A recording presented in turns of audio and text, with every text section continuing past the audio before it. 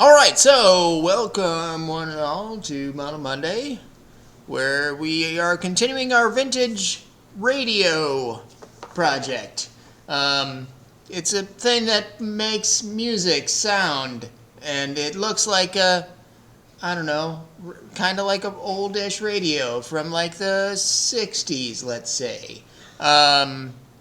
Today we're going to work on the dial portion of our radio. So where we are at in our radio project right now is this here. And if you missed any part of this, you can go back and watch these recordings. That's why these recordings are super handy. Or you can catch me here at the Makerspace and, ask me questions, and I will, help you get up to speed if you're drawing along with us. I support that. So we got our box, our basic wood box. We've got our speaker. We've got our M12 battery here that we're going to power everything with. If you've not used an M12 battery to power like a maker project, super useful and fun. It's got a USB port on the bottom of it and 12 volts. So you should pick yourself up one of these for your portable makery projects. And today we're going to draw the dial portion of this. So my vision here is there'll be a little knob on the front, and the little knob will either control the volume or the station that your radio plays. And for the when you turn the little knob, it'll turn a bigger gear, and you'll have like something that rotates on your radio. So in order to do that, we will first need to have the ability to make gears. Gears are can be a complicated operation. Gears are full of maths. And yes, I said maths plural because there's a lot of them. There's more than one math. There are maths involved in making gears. However, we're going to cheat because cheaters always win, and we're going to use an add-on.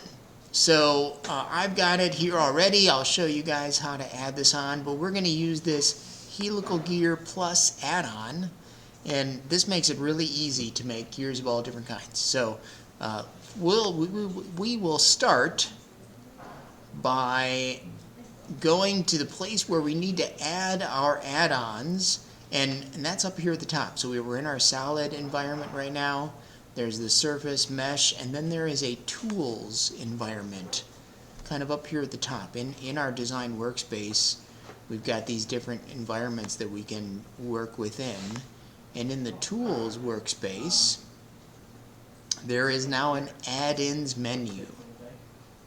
So we can go to the Fusion 360 App Store just by clicking on that option, and then it opens up a browser here, and our browser has all the add-ons that are available here. So there's lots of different add-ons. Feel free to explore this on your own time, but the one we are looking for is called Helical Gear Plus. I've used a couple of these other Helical Gear options, and Helical Gear Plus is my favorite one, mostly because it allows you to make a wide variety of gears.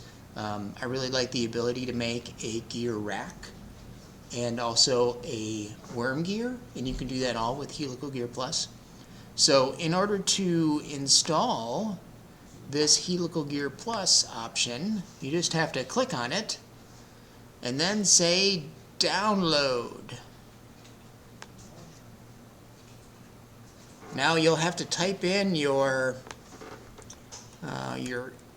email address that you sign into Fusion with. Coincidentally, if you do not join this class live, if you email me at the following email address, I will send you an invite. You will be part of the invite, and you can join us live here in person at the Makerspace, or if you're somewhere else, you can join us on the interweb. I'll send out a link every week, and you can join us via Google Meeting. But we're going to sign in with our email address that we use here. And then I'm going to type my password.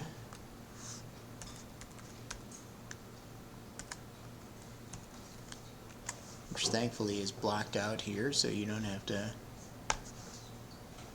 get to know all my password information. Then it's going to download. And now we can drink a beer and hang out for a second while people download.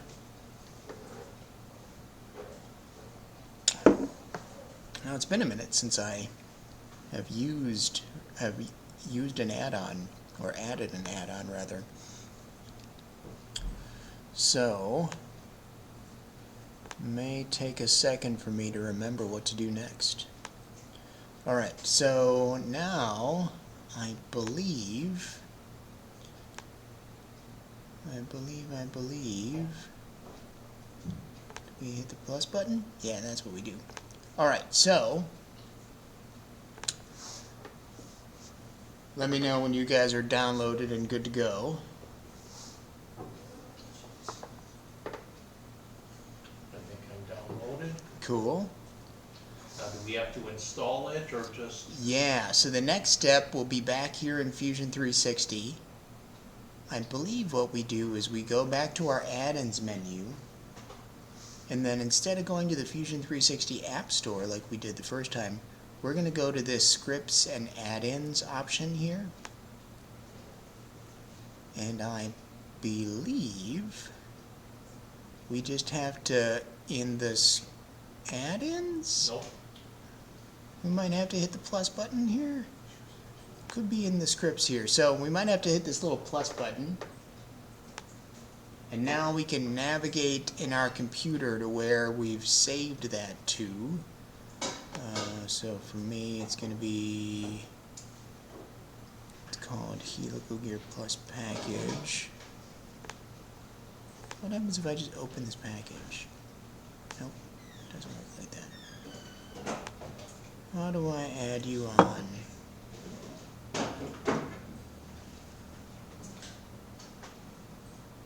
I don't see it in my list.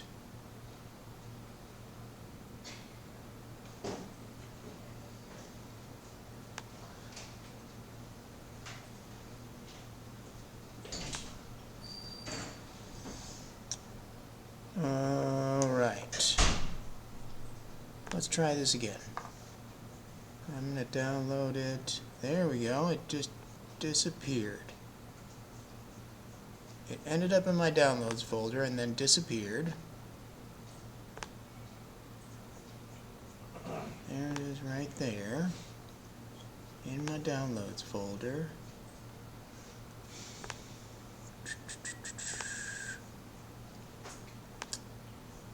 Why? I have to select a folder. Alright, that's not how we do this. Maybe it's the add-ins.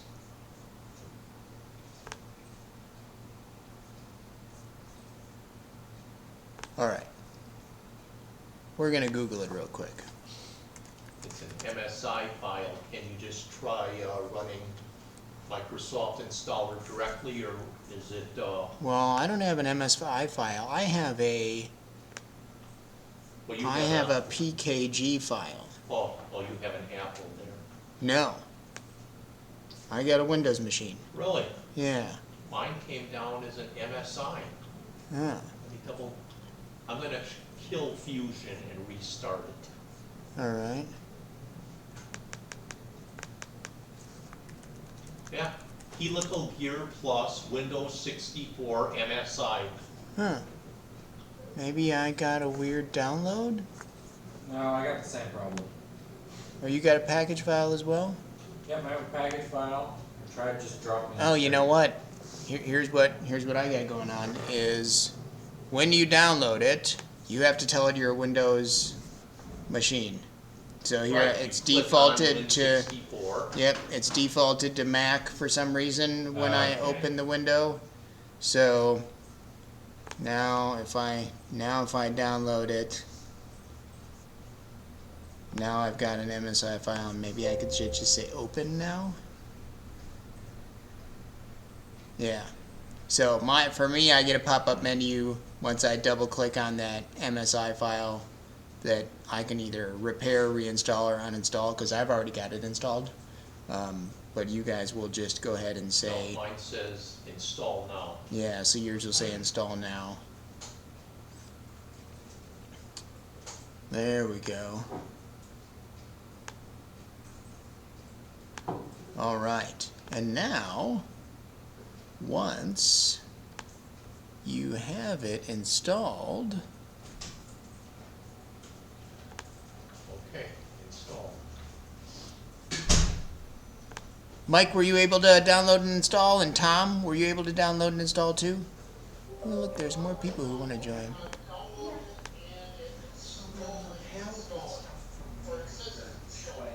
Says it's installing? Okay, cool. Yeah, so once you've downloaded and go ahead and open and install that file, then it'll appear in your Create menu. How you guys doing? I'm sorry I missed you. I saw that that you guys wanted to join the call a little bit late, so I didn't see you there just now. Sorry about that.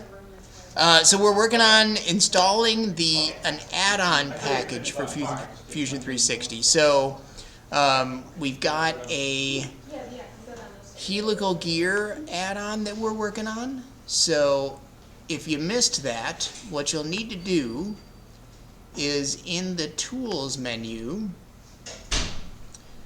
you'll come down and find Add-ins, and you'll go to the Fusion 360 App Store,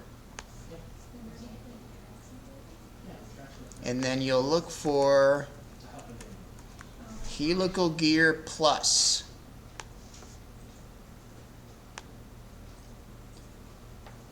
Now, you'll have to make sure you select your operating system down here. This is what we missed the first time around, is selecting your operating system. So whichever one you have, you'll go ahead and then just choose the download option. And then once you download it, you'll just go ahead and say open, and that will install it. And once you got it installed, you may or may not have to restart Fusion. Mike, did you have to restart Fusion? I did. Okay, cool. So you may have to restart Fusion. And then once you restart Fusion, you'll have this Helical Gear Plus option in your Create menu. Is that back under the solid package? Yeah, it's back in this solid environment. Okay. And I Carl, don't think it appears in any other environment yet. It just appears in the solid environment. on the script window, the script add-in window, it shows me the Helical Gear Plus package, but it says create, edit, stop, debug is grayed out, and run on startup is checked. Do I have to hit create? You won't have to do anything there, yeah. You should Okay. it should just appear in your Create menu. Yes, now it did. Sweet. So I'll take a little pause for the cause here and make sure you guys are keeping up if you're following along at home.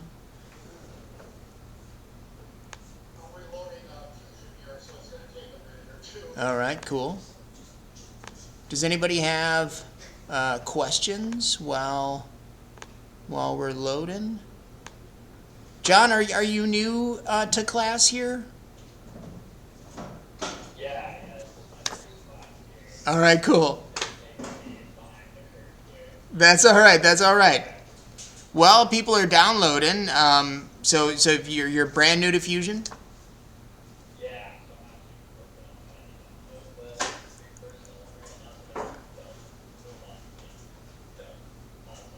Okay, cool. Tell you what, hang out. We finish up with class at like 8. I say goodbye for the recording, but keep hanging out, and I'll give you a little intro class once, kind of get you up to speed and give you a little tour of the environment. What's going on outside there? You guys running Sure thing. around in your yard with flashlights? And because you're new here, feel free to stop me if you have questions. People pipe up at any time. Sometimes you'll hear Mike pop up here in class, or Mike at home. We've got a couple of Mikes joining us. And, Tom, you can obviously pop up with questions too, as you know. All right, cool. So, that being said,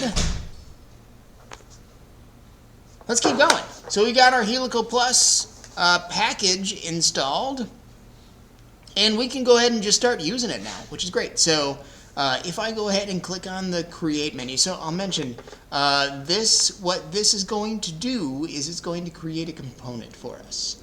And as you know from like previous classes, if you want that component to live inside of another component that you've already got drawn here, we don't in this case. Right now, our component can just live inside of this main document component, this helical gear component.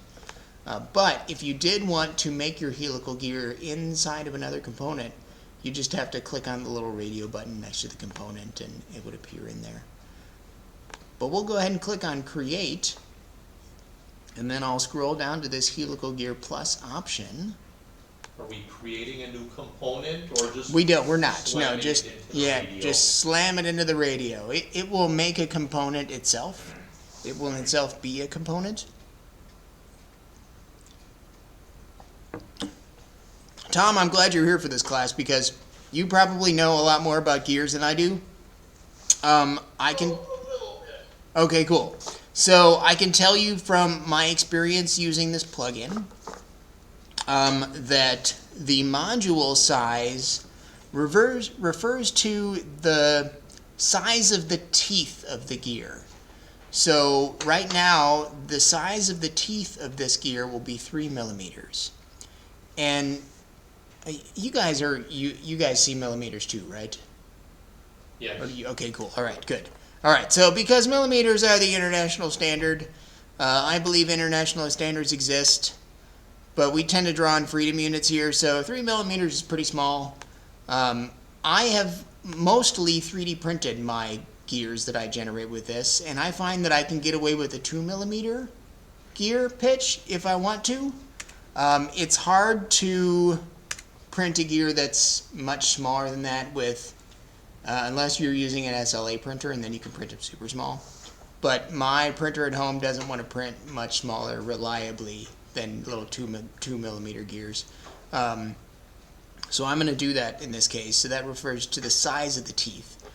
The number of teeth here is in the next 2 down from that. So we can start with 16. 16 would be fine. And then the gear width, obviously, is kind of the thickness of our gear. Now, right now, we don't see anything because by default, it doesn't generate a preview of what this gear is. If you want to see the gear as you're editing it, if you click that little preview checkbox, now you can see I've got a wee little gear right down here.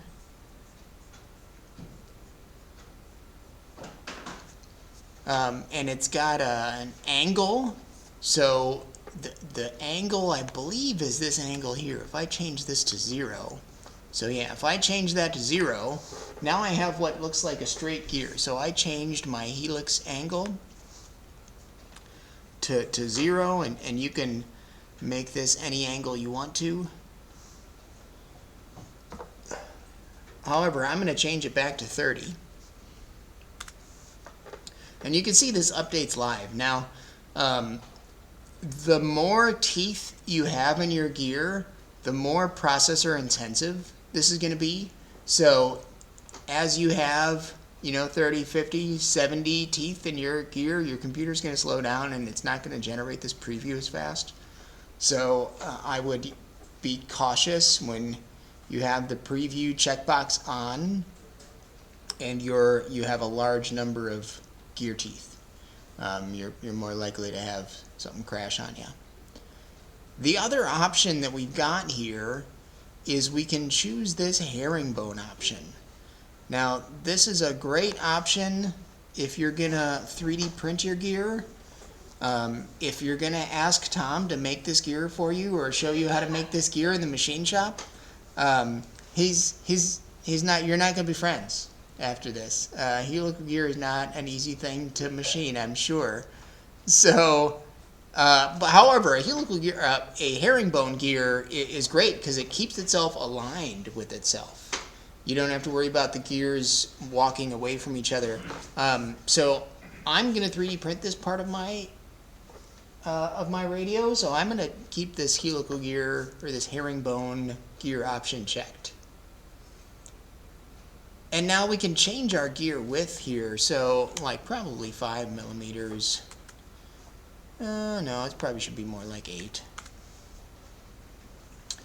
So I made mine 8 millimeters in thickness just to give it some meat to grab a hold of there.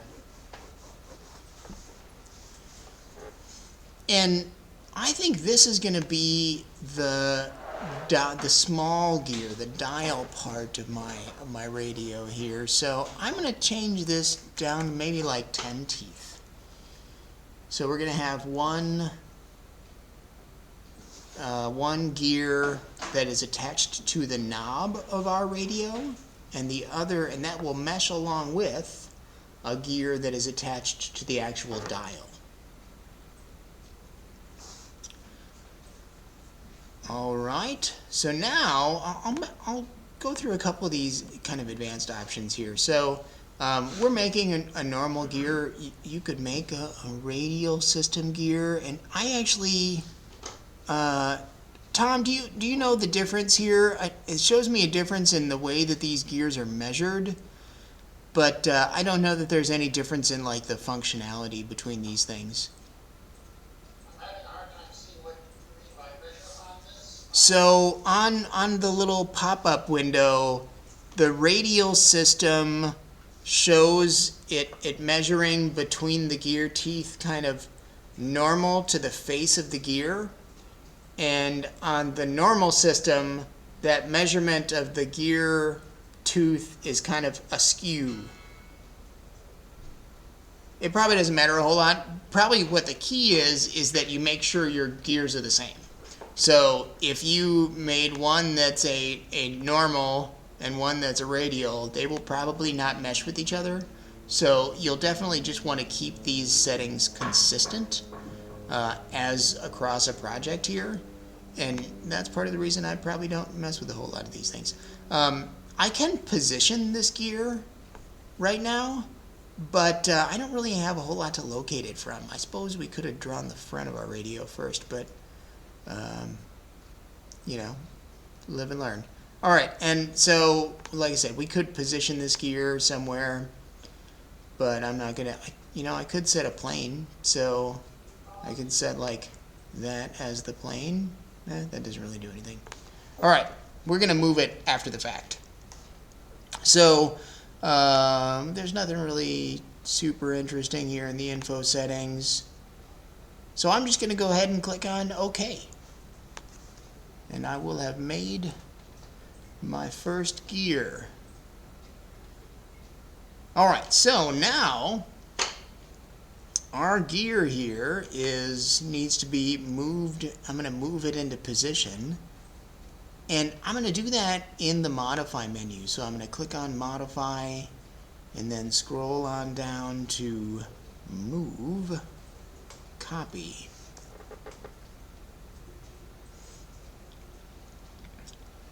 Now the object that I want to move is not really a body. I could move this body here because this helical gear is a body. However, I kind of want to keep the body kind of in the same place where all the sketches exist. I'll kind of spin this down so you can see this helical gear made its own little component here, and this component has sketches and bodies associated with it. So in cases like that, I really want to move the entire component. I don't want to take those sketches and bodies and separate them from each other in space. So instead of choosing an object, move object of bodies, I'm going to choose to move an object of a type components. So now I can move this entire component just by clicking on it in my browser or clicking on it here in my drawing view. I think the main difference in clicking on things in your drawing view and in your browser is here in my drawing view, you can see if I float over various points of this object, my move tools appear in a different orientation. So if I want to keep my move tools in the orientation of like my world, if I click on it here in my browser here, click on the component that I want to move, now it keeps my arrows oriented in the direction that the rest of my parts are, kind of like normal to the world. And that's a good thing. So I'm just going to position it using these little windows, these little widgets, sorry, kind of somewhere down here in the bottom corner. That'll probably be fine down here somewhere. And I'm going to make sure that it sits just back behind the front face of my radio. So I got a little bit of space there. Gotta put a little space for Jesus in between the front of your radio and your knob. Just like, you know, stick a phone book in there. You know, when your knob and the front of your radio get too close together. Just because, that's why. Alright. So, we've got a gear in. Cool. Did you guys get a gear placed at home? If you're keeping up with us? I'm having a little trouble with modifying right here. That guy didn't work for whatever reason. Oh. On my design tree. So when you use the add-on in Fusion 360 to make a gear, it gives you a weird icon, several icons down here at the bottom. So down here in my timeline of events that happened as I'm making this document, I can go back in time here and I can see that that's kind of the first step to make this helical gear. And it looks like it's made a circle. I'm not sure what that's about, but there's no sketches, there's no bodies or anything here. It's really the next step over where it is called base feature. And I'm not sure if I right click and say edit. Yeah, it doesn't really let me, it doesn't take me back to the window like I would hope it would, the window where we made this helical gear. What I would hope is it would give me this window again. However, it does not. So what I would say, Tom, is if you're unhappy with your gear, I'm going to say finish base feature.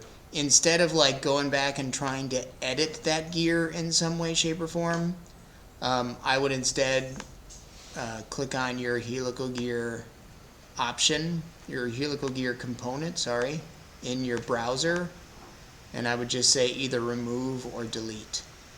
So the difference here being if I choose remove, it's gonna remove it. Obviously it's no longer here in my browser. It doesn't exist over here. However, it's giving me a little icon down here in the bottom in my timeline.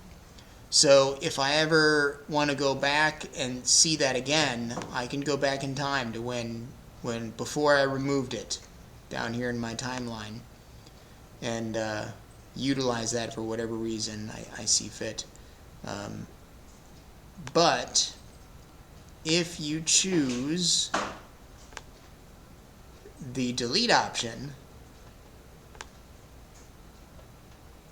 that gear is now gone forever. There's no little icon here in the timeline down at the bottom. So now that gear is gone forever. And if you do indeed want to remake it, this is probably the method that I would choose. What's kind of nice about this plugin is it remembers your last settings. So I didn't change anything, and now I can just open it up and make another one of those gears and just say OK. Which is super handy and great. And then I can move that into position like I did before. It's also handy to not have to remember like, oh, was I a 3mm module, or was I a 2.5, or was my helical angle 20 or 30? I don't remember. Thankfully, that Helical Gear Plus add-in does that membering for you. So you ain't got to remember that.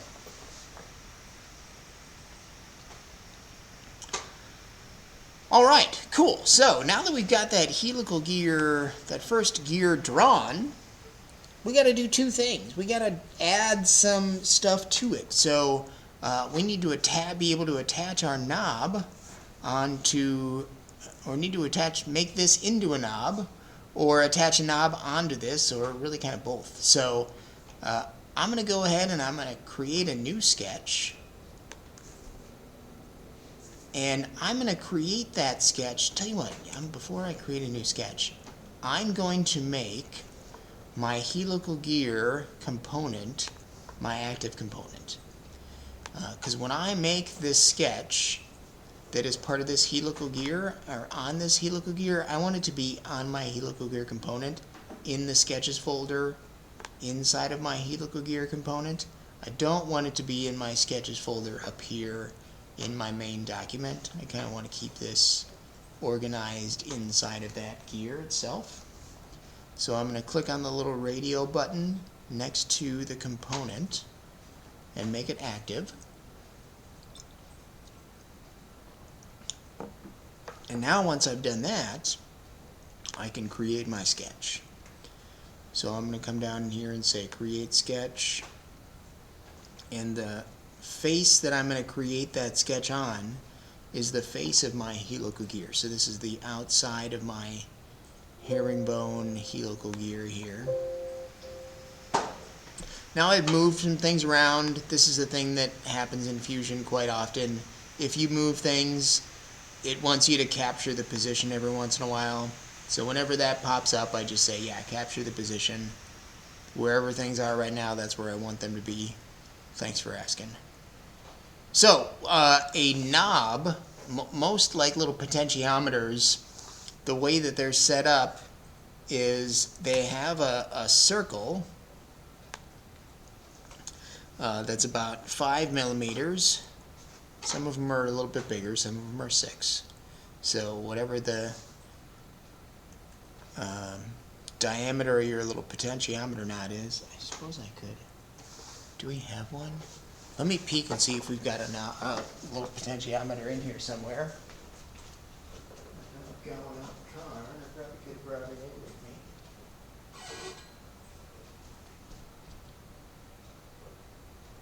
It does not look like we get a little bucket. I think in one of those cabinets right there, Carl.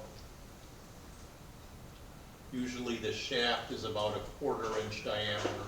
Yeah, that is accurate. Yeah, let's see, that's okay. Okay. Oh, Oh yeah. I've tried several times, and it'll give me a helical gear, but the problem is it's always in the wrong plane.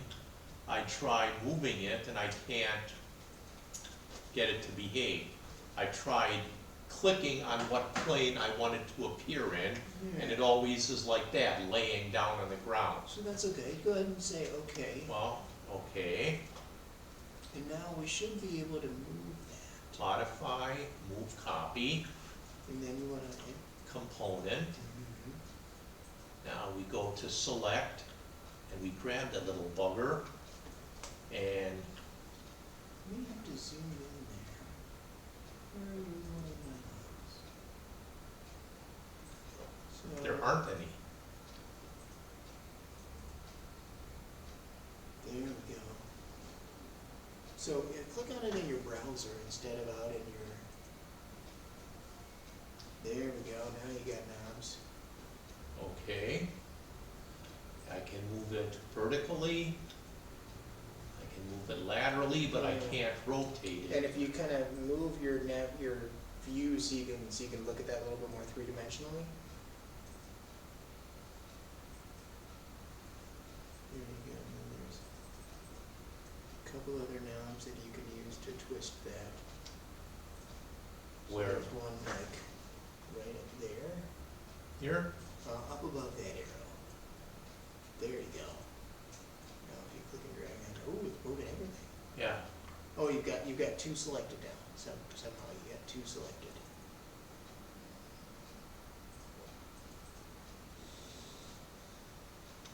There you go.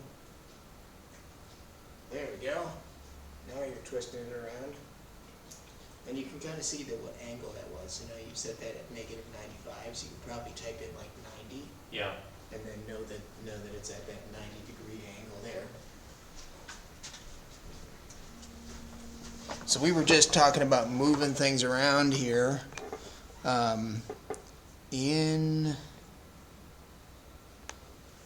If I go back in time, when we were using this move tool here, something of note here is we can move this angle, and now I can see that is the X angle.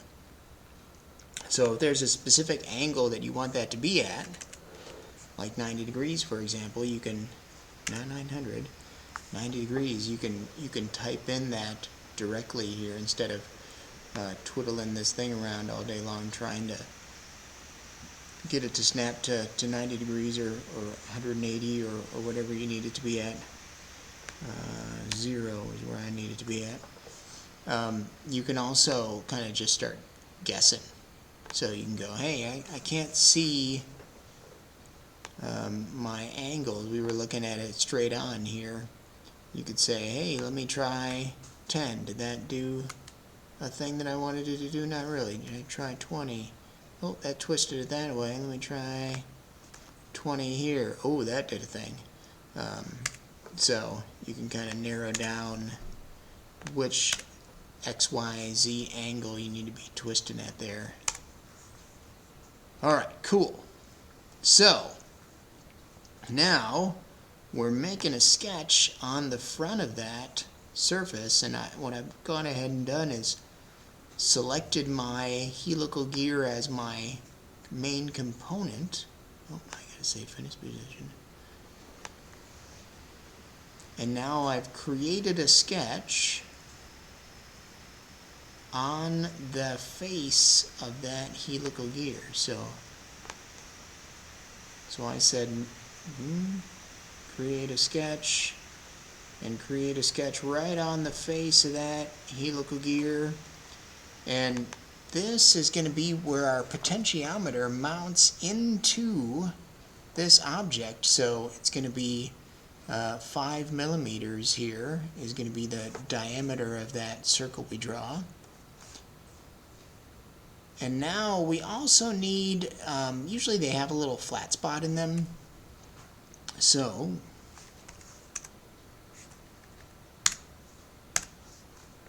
I'm going to go ahead and model that little flat spot. And the way that I'm going to choose to do that, it's weird how that's a little off angle there. We'll worry about that later. Alright, so the way that I'm going to choose to do that is I'm going to draw a straight line across my object here, and I've got this vertical horizontal constraint that it is drawn there for me. So if you don't have that vertical horizontal constraint, you can add it after the fact. So if your angle connects to both sides of that circle, and you don't see this little vertical horizontal constraint on that line, you can add it. So in this constraints menu, I can choose this vertical horizontal option and then pick that line. Now the last thing that we want to do on this sketch is to specify a distance between this line and the center of our circle here. And I'm just going to do that by adding, actually we probably should specify the distance between this line and to point directly on the opposite side of this circle, because that's going to be the easiest way to measure that little potentiometer knob, is just to put your calipers on it. So in order to do that, I'm going to grab my line tool one more time. So I'm say create and then line, and I'm just going to draw a line straight from the center of my circle straight down to the outside of my circle. Now it's kind of hard to see this because this measurement is in here, so I'm just going to move this measurement off to the side. This line 2 here has got a vertical horizontal constraint on it, and if you need to, you can add that just the same way we added it the first time, and that's important. So now, because this line is straight vertical and this line is straight horizontal, according to this drawing plane, it's askew for some reason, but we know that these are perpendicular to each other, which is great. So now I can give a distance between this line and this point way over here. So in order to specify that distance, oh boy, too much highlighted there. I'm just gonna come up here to create and then choose this sketch dimension option. So I'll choose create, sketch dimension, and then the two objects that I'm going to click on are my line. I'm going to click on that first, and then this point on the other side of this vertical line segment. And now I can move my mouse outward. I'm going to move it over here just so we can keep those measurements away from each other. And now I can specify a distance here. I'm going to go with 4 millimeters for now. This is one of those real convenient things, is because I don't have my potentiometer in front of me, and none of you have your potentiometers in front of you, presumably. These numbers will need to change later, so you just need a placeholder number until you actually get your potentiometer in hand, and you can measure it and make that adjustment. I'm going to do one more thing on this sketch. Am I? No, I'm going to finish this sketch at this point. So I'm going to go ahead and say finish sketch.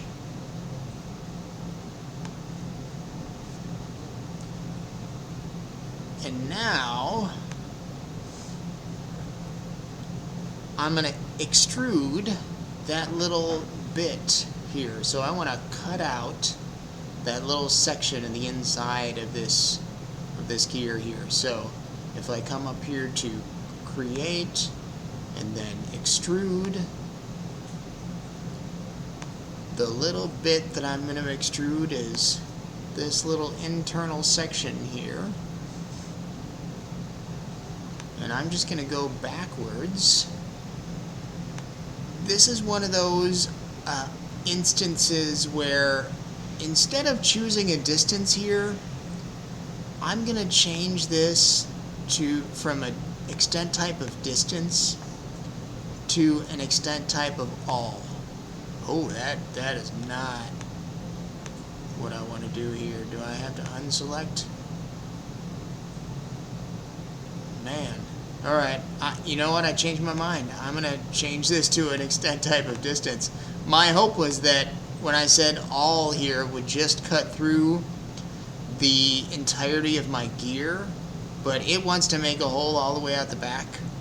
So I'm going to just go ahead and say distance. The reason I was going to say all is because maybe later I was going to come back and change my gear width. If I wanted to, I could change this from 8 millimeters to some other measurement, and not have to worry about messing with this extrude. But it is not going to work out like that for us. So now I'm just going to say OK. So now we've got a hole for our potentiometer to come out, or our maybe rotary encoder.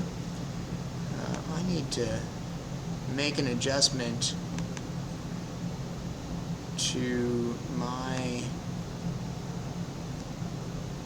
gear here because I got a weird angle going on. So my gear is at a funky angle, probably because I was messing with it, saying, "Hey, look, what you can do this and you can do that." And now it's not. Now it's not aligning right.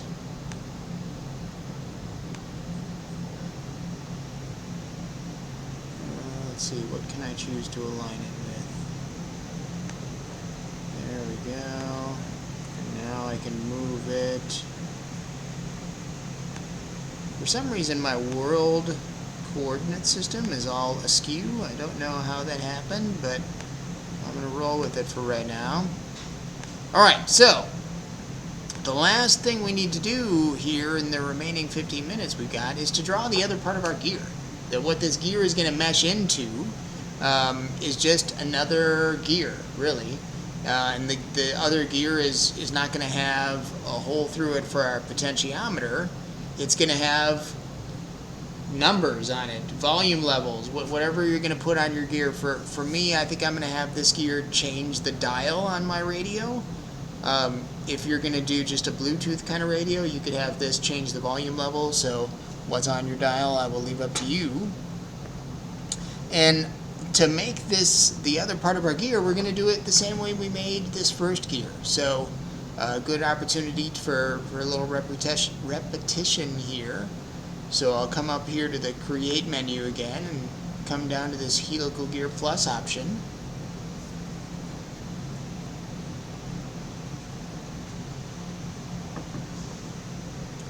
So if I choose this Helical Gear Plus option,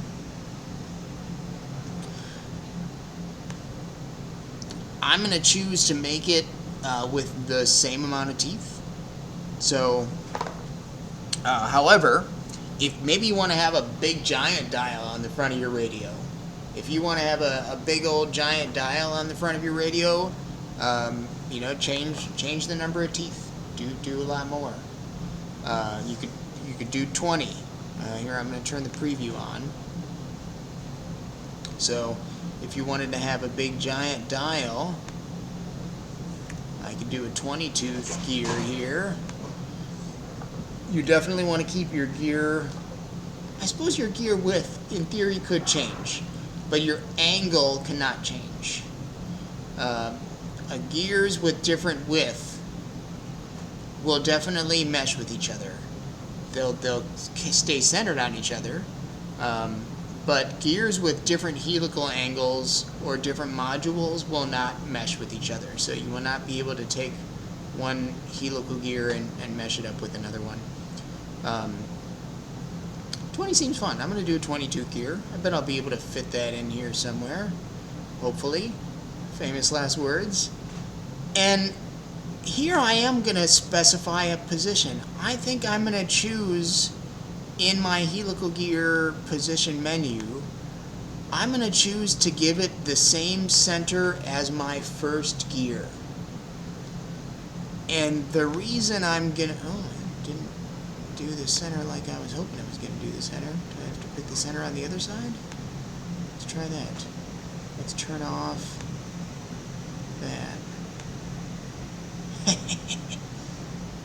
It's always fun when things work out. Alright, close enough. So I just wanted to kind of get them close to each other. It saved me. I thought it would save me some moving operation, but I'm still going to have to do some moving operation here. There's not like a mesh option, is it? I can't like select the plane and select the center. That really just does the same thing. So I'm going to have to do some moving after all. But I've got my gear made. That's the important part. I've got it modeled here. So now I can go ahead and say OK.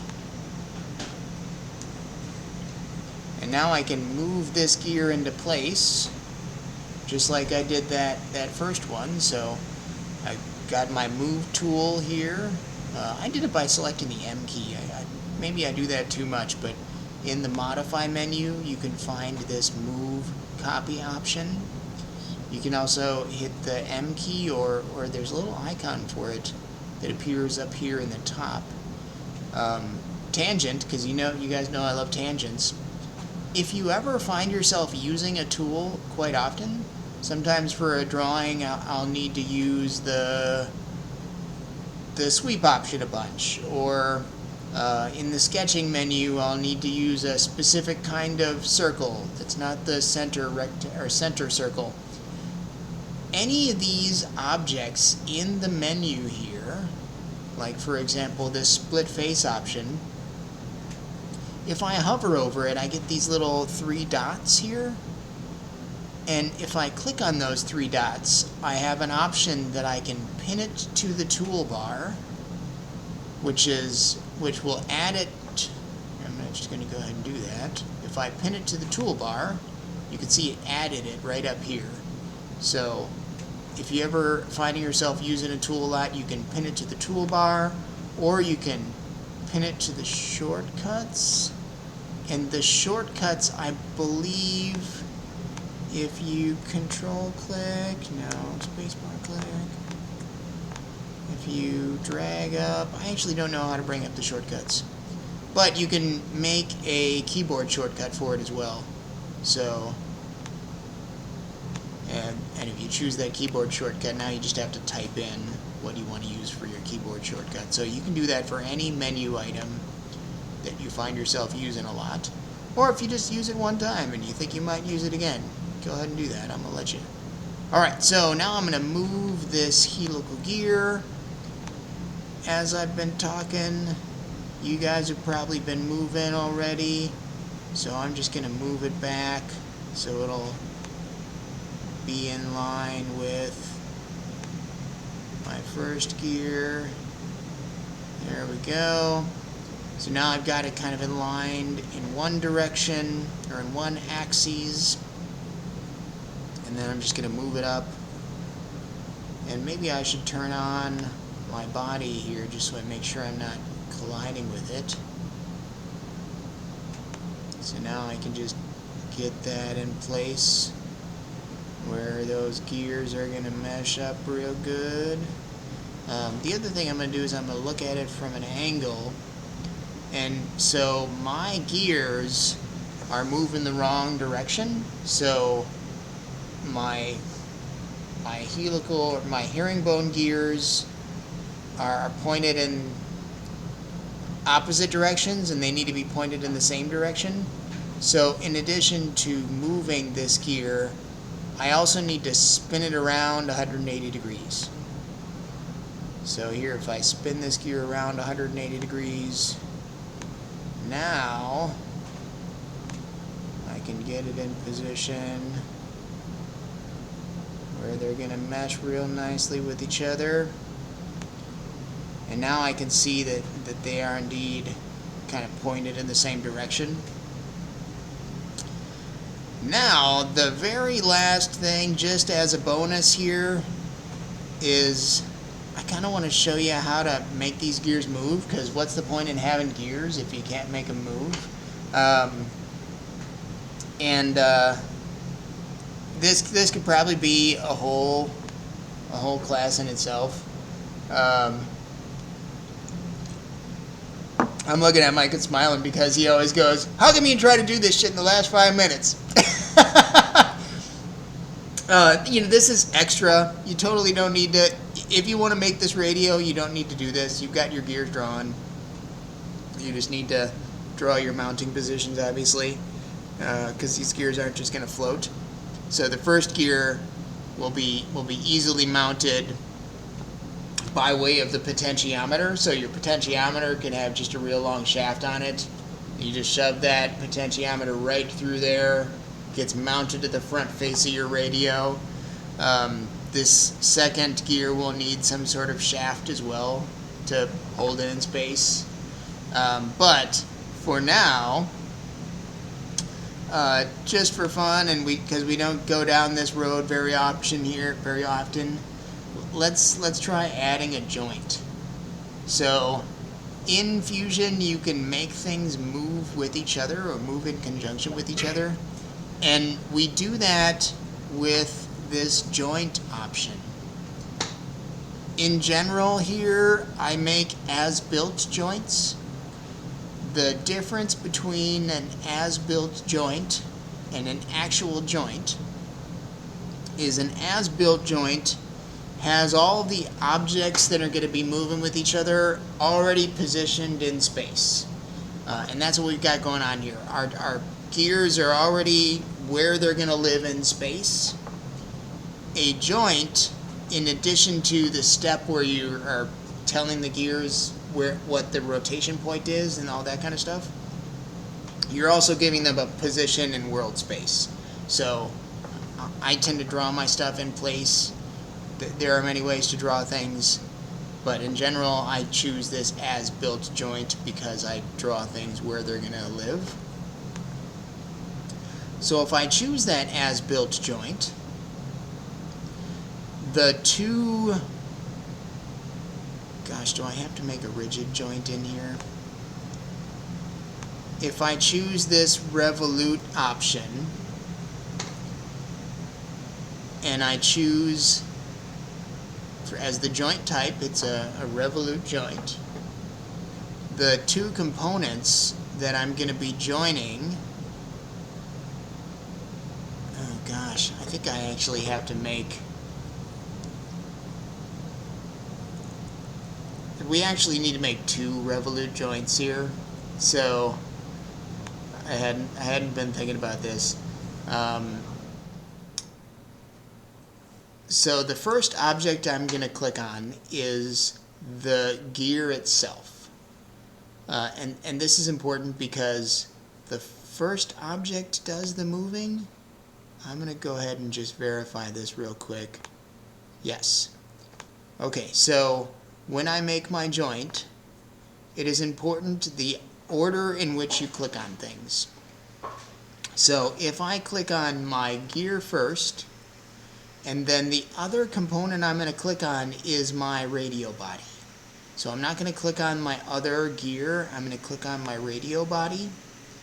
I know that seems kind of counterintuitive, but it's the way things got to work here.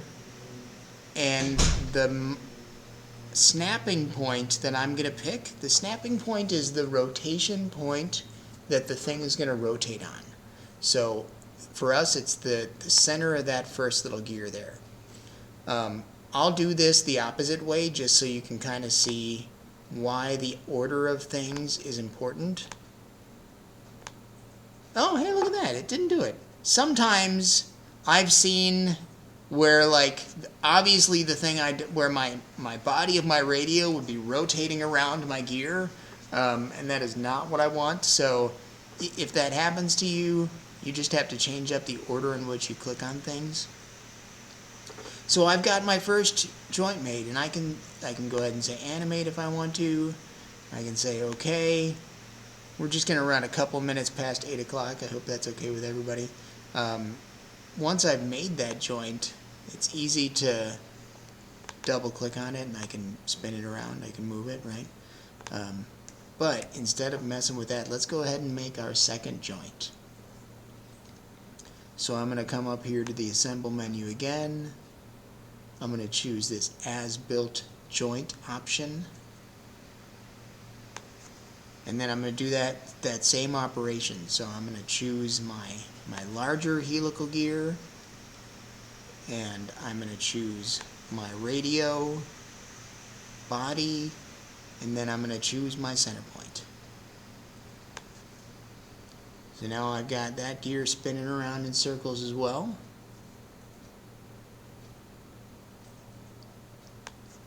And now the last thing that we need to do is we need to link these things with each other. So this gear, you can see I can rotate it around, but it doesn't affect the other gear.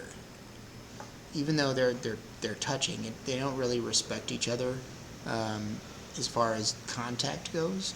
I think there's a way you can have it do that, but right now they do not. So in order to connect those two joints together, in the assemble menu, there is a motion link option.